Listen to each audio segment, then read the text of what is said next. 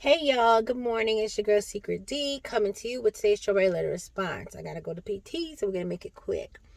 So this lady writes in, she's 30. She's out of a relationship that was 6 years long. She felt like it wasn't going anywhere, so she called it quits. Once she stopped dating this man, she started drinking heavily, and she also had a new look on dating. So she decided that men ain't shit, and she gonna treat him like that. She said it did not go well for her. And so she decided to give that a little pause, right? So fast forward, she goes on this Galentine's trip with her girlfriend. She booked first class. And she said in her first class seat, she was next to this chocolate man. And so, they're talking and drinking and drinking and drinking a lot of brown liquor. And she said that, they were really having a good time. So she gets up to go to the bathroom. And she says she makes sure her butt was in his face, basically, right? She comes back and my man is sitting down watching porn. She said erotic video, but we know it's porn. So he's sitting down watching this movie. She comes, and so she decides that she want to, sit next to him and look at it too. Like, okay. So he noticed her watching it, obviously. So he turns it so she could see it. So she said there was a really potent sex scene going on. And so, while not communicating, he looked at her, she looked at him, and he kind of slid his hand under my girl's blanket so he could finger pop her on the fucking plane. Anyway, so my man is finger popping her. She's enjoying herself. She said that, he does well with his hands. Like, who gets finger popped in this day and age on the plane by a stranger? Like, what is wrong with y'all and these strangers in public? Anyway, she said that, she felt like she needed to return the favor. So she moved his blanket, went down, and now this is the second woman doing this in public. So she said the flight attendant walked by. He sobered up real quick, jumped up, pushed her, and said he's a married man. After that, it got a little awkward. She said they didn't talk anymore after that, and they kind of sat in silence, and that was the end of it. Now we find out she goes home. She receives an email saying that her flight privileges have been revoked and she's banned from flying.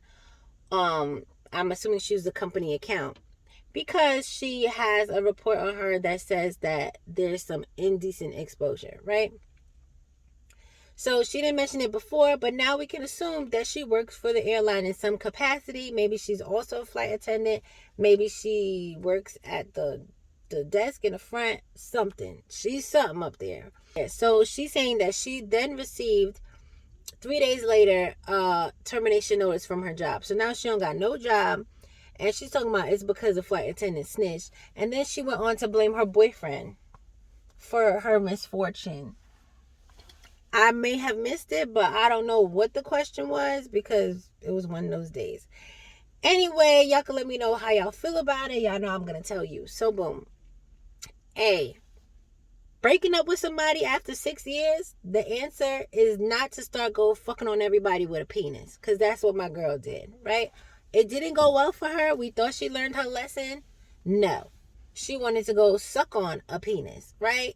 A random ass penis again. And at work, like our other lady who's at work sucking dick too. So I don't know what it is with these women who want to be at work. Anyway, it didn't go well for her. Now she don't got no job. Which the other lady, I'm assuming she might lose her job too. So ladies, don't suck dick at work. You might lose your job. PSA. Don't say I didn't tell you. Anyway, my girl needs to take a chill pill. You've been in a relationship for 6 years. You obviously in your feelings. You obviously not acting right. Maybe you need to feel like you're still desirable. Maybe you need to feel like somebody still wants you. Maybe you need to feel like you're in control of your life sexually or what have you. But you're going to be in control of getting a nice old STD or something else that you cannot give back. So, no, stop. So I think she needs to stop.